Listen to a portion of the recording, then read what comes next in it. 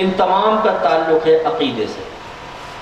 شرک کا تعلق عقیدے سے، اللہ تبارک و تعالی عظیم قدرت والا ہے، اس کا تعلق عقیدے سے، میدان محشر قائم ہوگا، وہاں حساب کتاب ہوگا، اس کا تعلق عقیدے سے۔ تو گویا کہ سب سے پہلے اپنے بیٹے کو جو کچھ سمجھانا شروع کیا وہ ہے عقائد کا بیان۔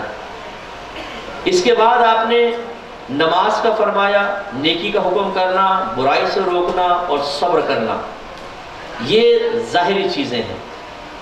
یعنی نماز کا، نیکی کا حکم کرو، نماز کا حکم، نماز پڑھو، نیکی کا حکم کرو، برائی سے روکو، یہ ظاہری اعضاء سے تعلق رکھنے والی چیزیں ہیں۔ پھر صبر کو لے لیں، تکبر کو لے لیں، غرور کو لے لیں، ان تمام کا تعلق ہے باطن کے ساتھ۔ اچھائی کا ذکر بھی کر دیا اور برائی کا ذکر بھی فرمایا، ظاہری چیزوں کا ذکر بھی، باقی چیزوں کا ذکر بھی، اور آخر میں اپنی چال کو اچھا رکھو اور آواز کو بلند نہ کرو، اس کا تعلق پھر ہمارے اعضاء کے ساتھ ہوا۔ تو گویا کہ ان چند آیات میں حکیم لقمان کے ذریعے اللہ تبارک و تعالیٰ نے ان کو توفیق دی، انہوں نے بیٹے کو نصیحت کی، اللہ تعالیٰ نے آپ کی نصیحت کو قرآن پاک میں نقل فرمایا، اور اس میں ہم سب کو ایک ادب سکھا دیا کہ پہلی چیز یہ کہ باپ کو چاہیے اپنے بیٹے کو عقیدہ سکھائے، اور لازم بات ہے کہ یہ بتدریج ہوگا، ایک دم تو ایسا نہیں ہو سکتا کہ چھوٹا سا بچہ ہے 3-4 سال کا ذی شعور ہوا اور ہم اس کو لے کے ضروریات دین سکھانا شروع کرتے ہیں سارے عقائد، ایسا تو نہیں ہوگا، بتدریج عقیدہ سکھایا جائے گا۔ سب سے پہلا جو تصور اولاد کے ذہن میں ڈالنا چاہیے وہ اللہ تبارک و تعالیٰ کے وجود کا اور دیکھتے رہنے کا تصور ہے۔ بچہ کو شرارت کرتا ہے، تھوڑا ذی شعور ہو گیا تو اس کو سمجھائے، نہیں بیٹا ایسا نہیں کرتے، اللہ تبارک و تعالیٰ تمہیں مارے گا، سزا دے گا، لیکن یوں نہیں کہ بیٹا ایسا نہ کر، اللہ بابا باہر کھڑا ہے، معاذ اللہ سبحانہ معاذ اللہ، یہ غلط چیزیں بھی بعض اوقات بچے کو سکھا دیتے ہیں، ایسا بالکل نہ کریں۔ اللہ بابا کہنا، ویسے تو فقیر کو اللہ بابا کہہ دیتے ہیں بعض اوقات، لیکن فقیر کا نام بھی اللہ بابا رکھنا یہ بالکل شرعاً ناجائز ہے، ایسا نہیں کرنا چاہیے۔ تو یہ ضرور پہلے بچے کے ذہن میں کہ اللہ تعالیٰ، بیٹا ہمیں اللہ نے پیدا کیا ہے، دیکھو یہ اللہ تعالیٰ نے ہمیں کھانا دیا ہے، اللہ تعالیٰ نے ہمیں پانی دیا ہے، تھوڑا تھوڑا سوال بچے سے کر کے اس سے اس طرح جواب لیں، بیٹا بتاؤ ہمیں کس نے بنایا، جو اللہ نے بنایا ہے۔ چھوٹے چھوٹے بچے ہوتے ہیں وہ تھوڑی یہ باتیں سیکھ لیتے ہیں، ابھی اور سے زیادہ اور کا تصور ان کے ذہن میں نہیں ہے، کوئی شرارت کر کی بچے نے، کوئی غلط کام کیا، کوئی جھوٹ بول دیا، تو پھر اس کو پھر اللہ کا تصور فوراً کہ دیکھو اللہ بیٹا دیکھتا ہے، اگر تم ایسا کرو گے پھر وہ تمہیں سزا دے گا۔ ہو سکتا ہے بچہ بھول پر میں پوچھے اللہ کہاں ہے، تو اسے جواب دے بیٹا دیکھو اللہ نظر نہیں آتا ہے لیکن اللہ تعالیٰ ہے۔ یہ بھی نہ کہیں جیسے ہماری اردو کی کتابوں میں بچوں کو پڑھاتے ہیں اللہ تعالیٰ کہاں ہے، اللہ تعالیٰ ہر جگہ ہے۔ ہر جگہ نہیں کہہ سکتے ہیں کیونکہ اللہ تعالیٰ کے لیے جگہ ثابت نہیں کر سکتے ہیں، غلط ہے۔ جگہ کا مطلب ہوتا ہے کہ جس جگہ جہاں پہ آپ کھڑے ہو نا تو وہ سمجھ لیں جگہ کہلاتی ہے، جہاں پر آپ ہیں وہ جگہ ہے۔ جہاں کوئی جسم موجود ہوتا ہے وہ زمین کو یا کسی چیز کو ٹچ کر رہا سمجھ لیں وہ مکان یا جگہ کہلاتی ہے۔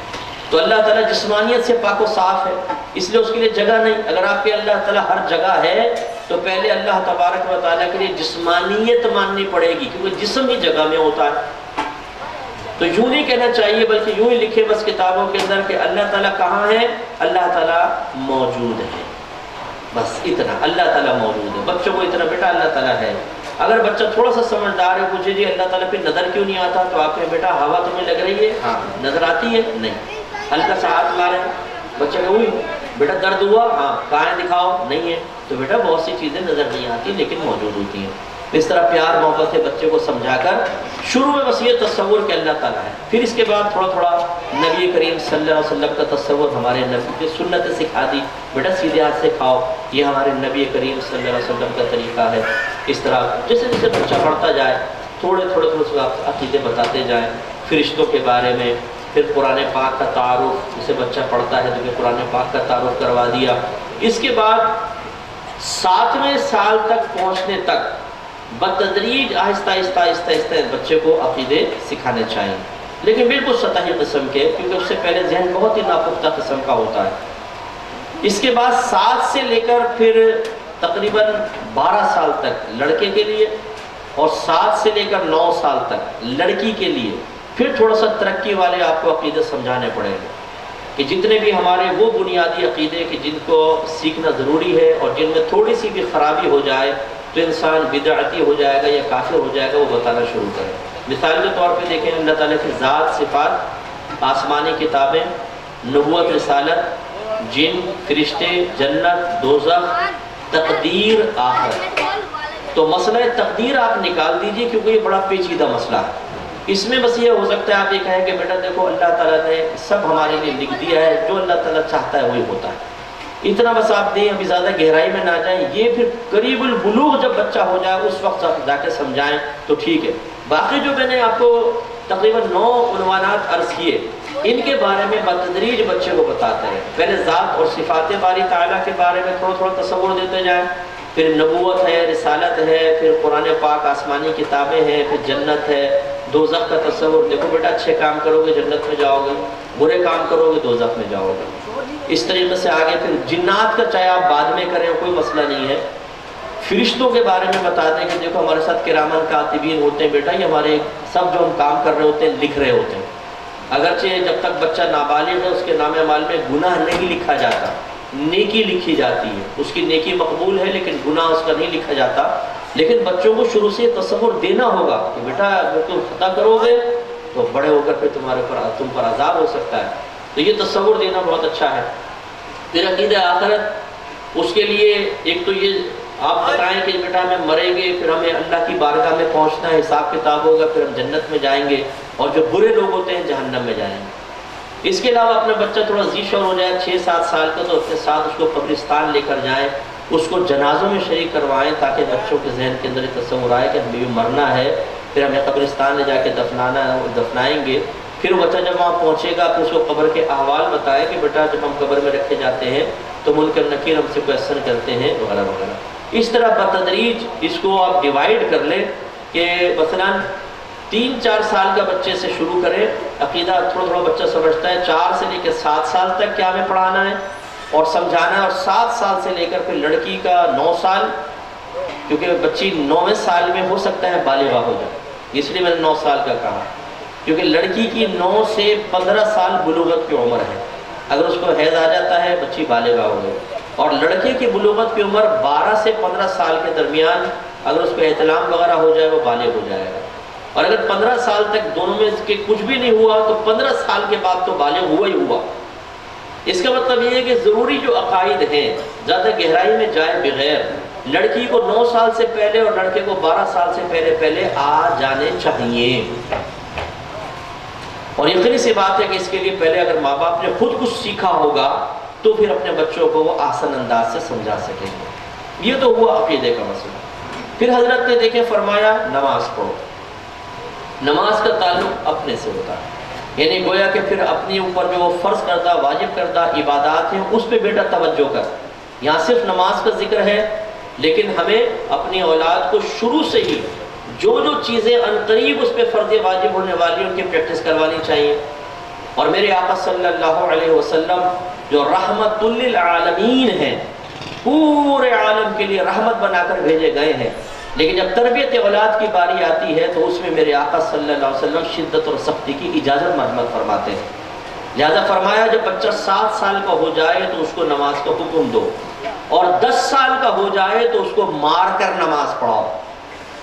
یہ آپ نے سنی نا حدیث، معروف حدیث، مار کر نماز پڑھاؤ۔ مارنے مراد یہ نہیں کہ ڈنڈے لے کے دن ابا نے سر پھاڑ دیا بچے کا، یوں نہیں، مراد ہے کہ دھمکاؤ اس کو، ڈراؤ، اور ڈرا کے اس کو نماز کا عادی بناؤ۔ 10ویں سال میں ہو جائے سب کچھ۔ اور اسی میں اشارہ سرکار نے فرما دیا کہ جب آپ 7ویں سال میں بچے کو کہیں گے بیٹا نماز پڑھو، اور بچے کو وضو کرنا آتا ہی نہیں، تو اس کا مطلب اس کو وضو کے بارے میں آپ کو بتانا ہوگا، پہلے اس کو سکھا دیں کم از کم وضو۔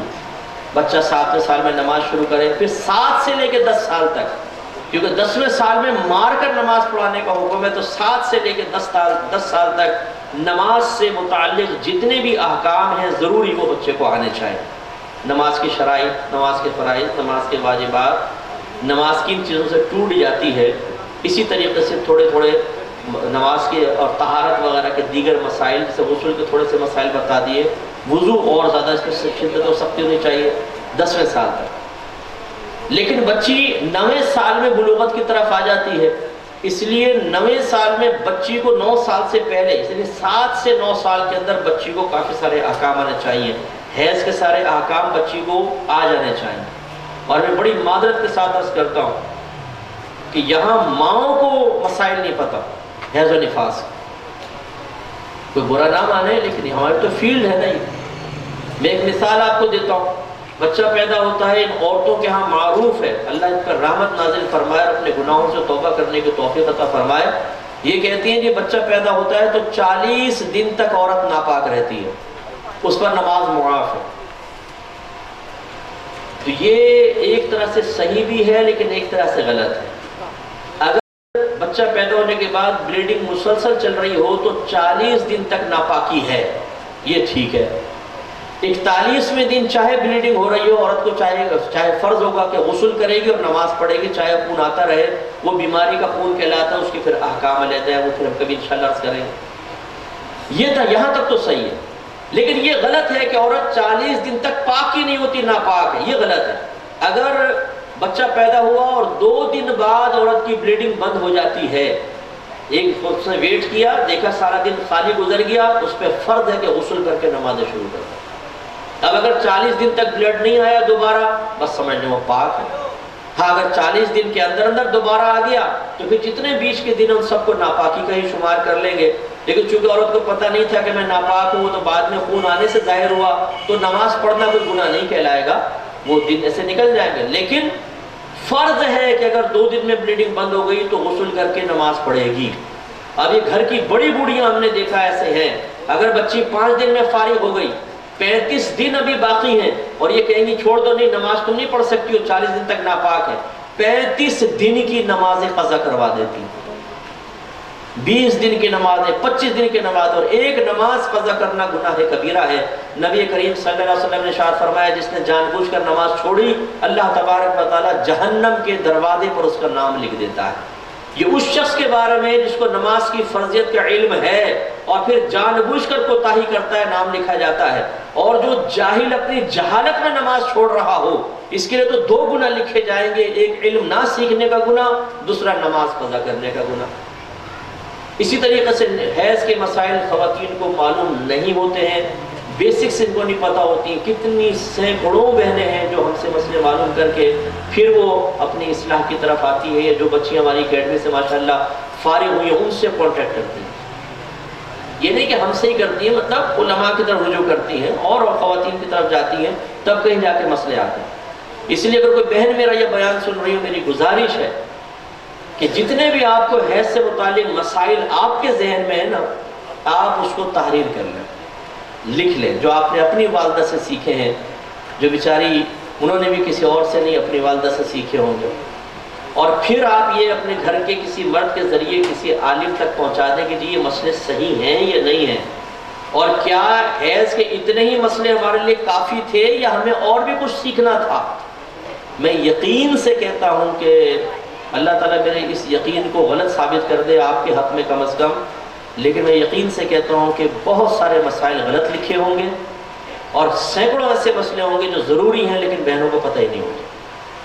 تو وہ ماں کیا بیٹی کو سکھائے گی؟ اس لیے ماں کو چاہیے کہ خود بھی علم سیکھیں۔ اسی لیے تو شریعت نے لازم کیا ہے کہ اپنے گھر والوں کو جہنم کی آگ سے بچاؤ، یعنی خود بھی علم دین سیکھو۔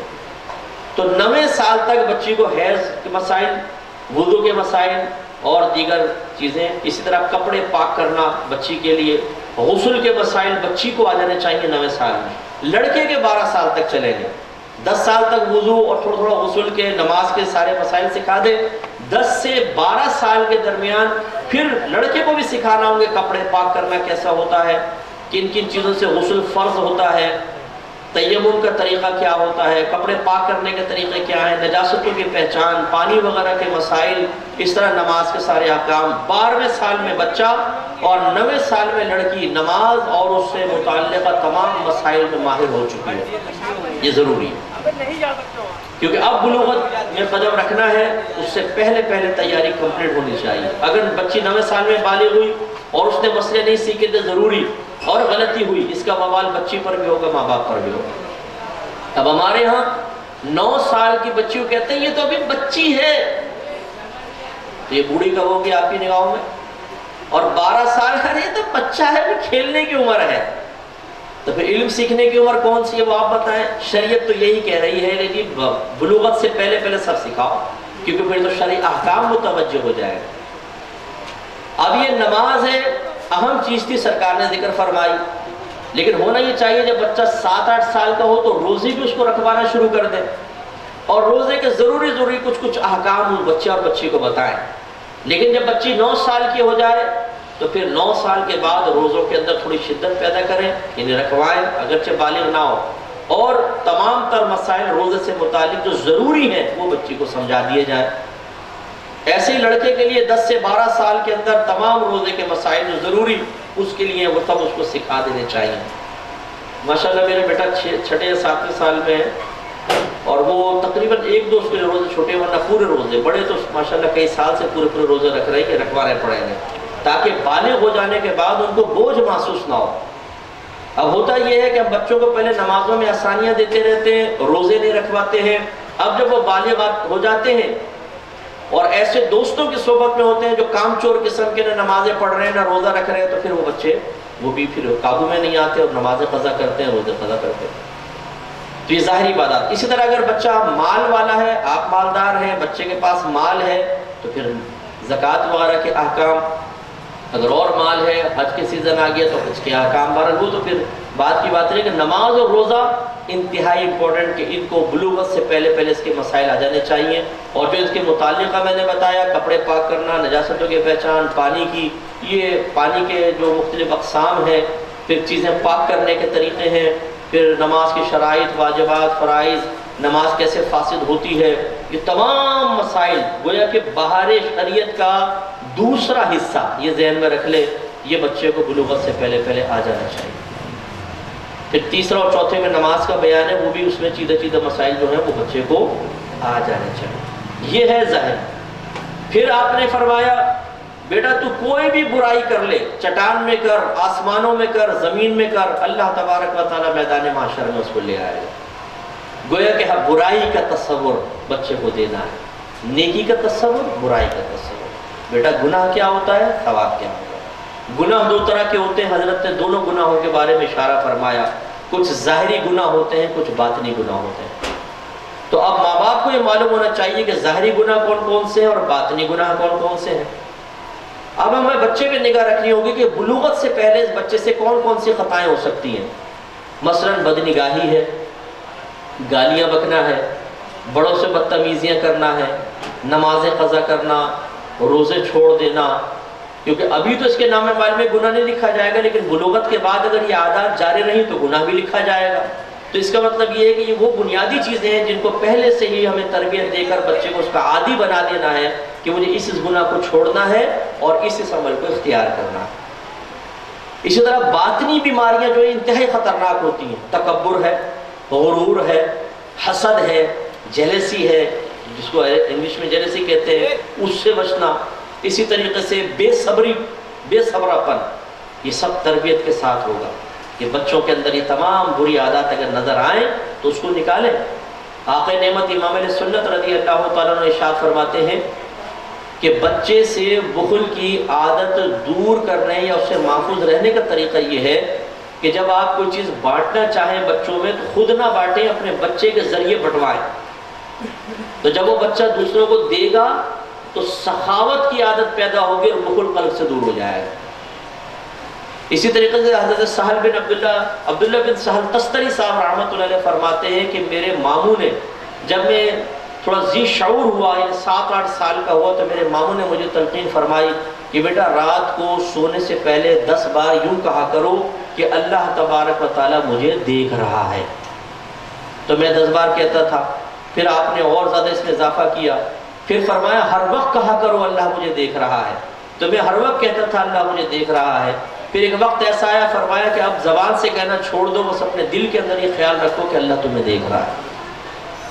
یہ ہے تربیت کا طریقہ کہ اپنے بچوں کے اندر آپ بچوں کو واچ کریں، کیا کر رہے ہیں، گالیاں تو نہیں بک رہے، تکبر کا اظہار تو نہیں کر رہے، غرور تو نہیں کر رہے، بخل تو نہیں کر رہے کہ اپنی چیز لے کے رکھ لیے کسی کو دے نہیں رہے۔ سخاوت پیدا کریں، تکبر سے نجات دلوائیں، عاجزی پیدا کریں، گالیاں اس کو چھڑوائیں، اسے اچھا نیک بنائیں. خلاصہ کلام یہ کہ گناہوں کے بارے میں بھی سوچنا ہوگا کہ کیا کیا گناہ ہو سکتے ہیں کیا نہیں. اسی طرح جب وہ بالغ ہو گیا تو اب تو شرعی احکام سارے متوجہ ہو جائیں گے. تو پھر اب وہی میں جیسے عرض کر رہا ہوں بار بار کہ بچی کو 9 سال سے پہلے اکثر جو گناہ بچیوں سے ہو سکتے ہیں وہ سمجھانے ہوں گے, اور لڑکے کو 10 سے 12 سال کے درمیان گناہ سمجھانے ہوں گے. اب المیہ یہ ہے کہ ہمارے ماں باپ کو بعض وقت نہیں پتا ہوتا. آپ حسد کی شرعی تعریف پوچھ لیں. حسد, کینہ, بغض, رشک, غیرت, ان میں آپس میں کیا فرق ہے یہ پوچھیں. ریاکاری کسے کہتے ہیں, ریاء مخلوط اور غیر مخلوط کیا ہے, بخل کسے کہتے ہیں, سخاوت کسے کہتے ہیں, تکبر کیا ہے, عاجزی انکساری کی تعریف کیا ہے, یہ معلوم ہی نہیں ہے. بدگمانی کسے کہتے ہیں, کہاں بدگمانی جائز, کہاں بدگمانی واجب, اور کہاں بدگمانی حرام اور گناہ کبیرہ بن جائے گی, ماں باپ کو پتہ ہی نہیں ہوتا.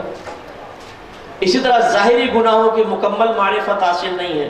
جیسے رزق کمانے کے سلسلے میں بہت سے بیچارے ایسے ہوتے ہیں کہ جو رزق کما رہے ہیں اور حلال سمجھ کے کما رہے ہیں, حالانکہ وہ حرام کما رہے ہیں. ایک صاحب کو میں نے ایک دفعہ درس قرآن کی دعوت دی کہ جی آپ آئیے درس قرآن. کہنے لگے جی مفتی صاحب بیوی بچوں کے لیے رزق حلال کمانا بھی تو عبادت ہے. انہوں نے تو بھی کہا, لیکن اصل میں وہ ہی کہنا چاہتے تھے. بھی اور ہی میں فرق ہوتا. بھی وہاں ہوتا ہے جہاں پہلے کوئی شے موجود ہو پھر کوئی اور شے لے کر آئے. جیسے آپ چاول کھا رہے ہو تو میں کہوں جی یہ سالن بھی لیجئے گا تو یہ تو صحیح ہے. اور اگر میں کہوں کہ صرف سالن ہی لیجئے گا, اس کا مطلب سالن ہے اس کے نہ پہلے کوئی نہ بعد میں کوئی, تو اب وہ بیچارے یوں کہہ رہے ہوتے جی بیوی بچوں کے لیے کمانا بھی تو عبادت ہے. تو بھی تو وہاں صحیح ہوتا کہ جب آپ تربیت بھی کر رہے ہوتے, علم بھی سیکھ رہے ہوتے, سب کچھ بھی یہ بھی کر رہے ہیں اور کمانا بھی عبادت ہے.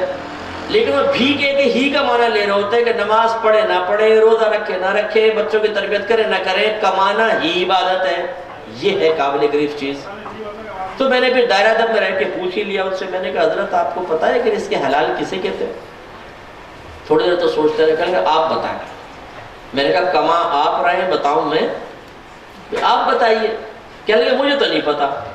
میری بڑی حیرت انگیز بات ہے کہ آپ کما رہے ہیں ماشاءاللہ مسلسل, اور پتہ نہیں کہ میں کما رہا کیا ہوں. پھر ان کو سمجھایا کہ دیکھیں رزق حلال یہ ہوتا ہے کہ اللہ تعالیٰ نے کچھ قوانین بنائے ہیں, کچھ پابندیاں ہیں, کچھ شرائط ہیں. ان تمام کی رعایت کر کے جو رزق حاصل کیا جائے وہ حلال ہے, اور جو شرائط کو پامال کر کے, قوانین کو توڑ کر, قیودات کو پھلانگ کر حاصل کیا جائے وہ حرام ہے. لہذا معلوم یہ ہوا کہ پہلے شرائط, قوانین اور قیودات معلوم ہونے چاہیے, تاکہ آپ اور میں فیصلہ کر سکے کہ میں ان کے اندر رہ کر کما رہا ہوں یا ان کو توڑ کر اور باہر نکل کے کما رہا ہوں. یہی تو وجہ ہے کہ جو ہمارے بیچارے کانسٹیبل کھڑے ہوتے ہیں, میرے منہ سے کچھ اور نکلنے لگا تھا جو آپ لوگ کہتے ہیں بیچاروں کو, تو یہ کہتے ہیں کہ جی ہمارا حق تو دیتے جائیے. افسر بیٹھا ہوتا ہے, کہتا ہے کہ تھوڑا سا اوپر سے دیں اور نیچے سے میرا حق دے دیں. جی چائے پانی تو ہمارا حق بنتا ہے, معاذ اللہ ثم معاذ اللہ. حرام کو, جس کو نبی کریم صلی اللہ علیہ وسلم نے رشوت کو حرام کہا, اسے حق قرار دینا. حق کا مطلب کیا ہے؟ اللہ تبارک و تعالیٰ کا وہ مقرر کردہ امر کہ جو اللہ تعالیٰ نے ایک کے سلسلے میں دوسرے پر لازم کر دیا ہے. اگر اپنی ذات کے لیے ہم پہ کچھ لازم کیا اس کو حق اللہ سے تعبیر کرتے ہیں, اور ایک بندے کے لیے دوسرے پہ کچھ چیز لازم کر دی ہے تو وہ بندے کا حق کہلاتا ہے. جیسے ماں باپ کے لیے اولاد پہ کچھ لازم کیا ہے, بیوی کے لیے شوہر پر, شوہر کے لیے بیوی پر, دوست کے لیے دوست پر, یہ حق کہلاتے ہیں. تو اب حرام کو کہنا حق, اس کا مطلب وہ کہہ رہے ہیں اللہ نے میرے لیے یہ لازم کر دیا ہے آپ کے اوپر. اللہ نے رشوت لازم کی ہے نہیں, تو یہ تو کلمہ کفر ہو جائے گا. اب پتہ نہیں ہوتا تو اس طرح کام چوری کی عادت ہمارے یہاں بہت زیادہ ہے. ڈیوٹی ہے صبح 8 سے شام 5 بجے, پہنچیں گے 10 بجے. خصوصاً گورنمنٹ کے جو امپلائی ہیں, سیٹ لوگ ہیں جی 10 بجے پہنچ رہے ہیں, لیکن ڈیوٹی لکھتے کیا ہے 8 بجے. پھر وہ میچ چل رہا ہے جی, تو پھر وہ کون کام کرے, میچ دیکھ رہے ہیں درمیان میں. شام کو 5 بجے چھٹی ہونی ہے, 4 بجے رہائی فرار اختیار کر لی. روزانہ 2 گھنٹے 3 گھنٹے 1 گھنٹہ چھوڑ دیا. جب یہ آخر میں تنخواہ لیں گے تو یاد رکھیں پورے مہینے میں جتنا ٹائم یہ غیر حاضر رہے اتنے وقت کی تنخواہ لینا حرام ہے, حق ہی نہیں. ایسے ایک ضمن مسئلہ عرض کر دیتا ہوں, پھر اس طرف آتا ہوں کہ جو ٹیچرز ہوتے ہیں، چاہے دینی استاد ہوں، چاہے اسکول کالج یونیورسٹی میں پڑھانے والے ہوں، کوئی کسی کو بھی جب ہم اجرت پہ رکھتے ہیں اور اس سے مطلقاً کسی کام کا اجارہ کرتے ہیں، جی آپ کو پڑھانا ہے، مطلقاً کا مطلب اس میں کوئی ہم اسٹینڈرڈ نہیں بناتے بہت اعلیٰ درجے کا پڑھانا ہے، درمیانے درجے کا پڑھانا ہے، سطحی قسم کا پڑھانا ہے، کچھ ہم طے نہیں کریں، تو کم از کم درمیانے درجے کا پڑھائیں گے تو تنخواہ کے مستحق ہوں گے۔ ایسے ہی کسی مزدور کو مزدوری پہ لگایا، ہم نے کوئی طے نہیں کیا کہ بہت اعلیٰ درجے کا کام کرنا ہے، اوسط درجے کا، ادنا درجے کا، تو یہ اس وقت مزدوری کا مستحق ہوا کم از کم درمیانے درجے کا کام کرے۔ اب ہوتا کیا ہے، کوئی ٹیچر بیٹھے ہو تو ناراض نہ ہو، کسی کا ٹیوشن سینٹر ہو تو واللہ مجھے کسی نے نہیں کہا کہ صاحب آپ ان کے اوپر کچھ بات کہیے گا، میں اپنے طور پہ کہہ رہا ہوں کہ میں خود پرسنلی جانتا ہوں کتنے ٹیچرز کو جو اسکول میں، کالجز میں، یونیورسٹیز میں جان بوجھ کے صحیح نہیں پڑھاتے، سطحی قسم کا پڑھائیں گے، بچے بھی یوں دیکھتے رہیں گے، اوپر سے نکلے شو شو شو، ادھر سے نکل رہا ادھر سے نکل رہا، بچوں کی ہوائیاں اڑ رہی ہیں، اب کیا کریں جی، امتحان کی تیاری تو کرنی ہے، میرے ٹیوشن سینٹر میں آ جاتے، وہاں تمہیں نوٹس بھی ملیں گے، میں تمہیں اچھا طرح سمجھاؤں گا بھی، جڑی بوٹی کا طریقہ بھی بتا دوں گا، اور آخر میں تمہارے اچھے مارکس بھی آ جائیں گے، بے فکر رہو۔ اب بچے وہاں پہ جا کے بیچارے بھاری بھاری ٹیوشنیں دے کے پڑھ رہے ہیں۔ اب ٹیوشن سینٹر میں ناجائز نہیں کہہ رہا ہوں، لیکن اگر کوئی اس طریقے سے کرتا ہے کہ جہاں اس کی ڈیوٹی ہے وہاں سطحی قسم کا جان بوجھ کے پڑھا کر اپنے ٹیوشن سینٹر آباد کرنے کے لیے وہاں اچھا پڑھاتا ہے اور وہاں بچوں کو منتقل کرتا ہے اور ان سے بھاری فیسیں لیتا ہے، تو یاد رکھیں اسکول کی تنخواہ لینا، کالج یونیورسٹی کی تنخواہ لینا اس کے لیے شرم جائز نہیں ہوگا۔ تو اب اپنے بچے کو جو عنقریب اب کمانے والا ہے اسے پھر اس کے اصول بھی سکھانے ہوں گے کہ بیٹا تجارت کے یہ اصول ہوتے ہیں، نوکری کے یہ اصول ہوتے ہیں، تو وہی باپ سکھائے گا کہ جس کو پہلے خود پتہ ہوں گے۔ اسی لیے میں بار بار آپ کو عرض کر رہا ہوں کہ ماں باپ کی بہت بڑی ذمہ داری ہے جس سے وہ ابھی تک غافل ہیں۔ تو جو والد خدا نہ خواستہ خود حرام کما رہے ہوں وہ کہاں اپنے بچے کو حلال کے مسائل سکھائے گا؟ اگر آتے بھی ہوں گے تو نہیں سکھائے گا، کیونکہ بچہ سیکھ کر اپنے باپ کی گرفت کرے گا۔ جیسے بہت سارے مسجد کے مولوی حضرات ہوتے ہیں، خطیب حضرات ہوتے ہیں، قوم کو اس لیے مسئلے نہیں سکھاتے، وہ کہتے ہیں مفتی صاحب سکھا دیں گے تو کل یہ ہمیں پکڑنا شروع کر دیں گے، تو بھائی تو خود بے عمل کیوں ہے بھائی، باعمل بنو نا، یہ تمہاری پکڑ کیوں کریں گے؟ لیکن انہیں خوف ہوتا ہے ان کو مسئلے سکھا دیا تو کل ہماری گرفت شروع ہو جائے گی۔ ایسے ہی بہت سے ماں باپ خوف زدہ ہوتے ہیں کہ اگر بچوں کو کچھ سکھائیں گے تو کل بچے کہیں گے ابا جان یہ تو آپ بھی کرتے رہے، امی جان یہ تو آپ بھی 10 سال سے کرتے رہی، ہم نے اپنی آنکھوں سے دیکھا ہے، تو اپنے بچوں کو جاہل رکھو، یہ غلط رویہ ہے، غلط طریقہ کار ہے۔ اسی طریقے سے جو میں نے بتایا ظاہری گناہ ہے جو زیادہ ہمارے اندر بگاڑ پیدا کر سکتے ہیں، مثال کے طور پہ بد نگاہی، گندی دوستیاں، گندی صحبت۔ یہ گھر سے ایک پاکیزہ ماحول ہوتا ہے، پہلے گھر میں پاکیزگی، پھر بچے کی اٹھک بیٹھک پہ توجہ کرنی چاہیے، کن کے ساتھ بیٹھ رہا ہے کن کے ساتھ نہیں، والدین کو گہری نگاہ رکھنی چاہیے، بچے کے بدلتے ہوئے رویے پر گہری نگاہ ہونی چاہیے۔ پہلے بچہ آرام سے بات کرتا تھا، اب چڑچڑا پن آ گیا ہے، پہلے جواب نہیں دیتا تھا، اب جواب دینے لگا ہے، پہلے گالیاں نہیں بکتا تھا، اب تھوڑی بہت گالیاں زبان پر آ گئی ہیں، پہلے ماں باپ کا ادب احترام کر کے کھڑا ہو جاتا تھا، اب لیٹا رہتا ہے، اس کا مطلب ہے کسی کی صحبت تو اثر کر رہی ہے۔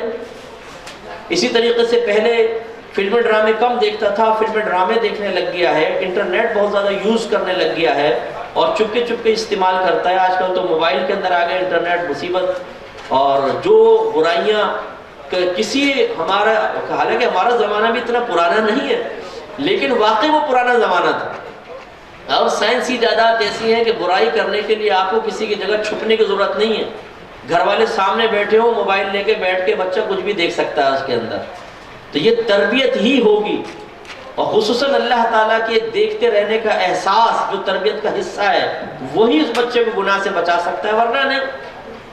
اب اگر اس پہ توجہ نہیں کریں گے تو پھر ایک وقت آتا ہے، اللہ تعالیٰ سب کے بچوں کو اس چیز سے محفوظ کرے، کہ کتنے بچے نشئی بن گئے، ماں باپ نے توجہ نہیں کی، نشے بازوں کے ساتھ بیٹھ کر گرینچی چرسی موالی بن گئے۔ ایک شخص نے مجھے روڈ پر روک کر رو رو کے یہ کہا کہ میرا بیٹا، میں باہر کمانے چلا گیا اور خوب میں نے کمایا مفتی صاحب، اور میرے پاس اتنا وقت ہی نہیں تھا کہ میں گھر آ کے اپنے بچوں کو سنبھالتا، پیسہ خوب میں نے بھیجا، میرا بچہ بگڑ گیا اور نشے کا عادی بن گیا۔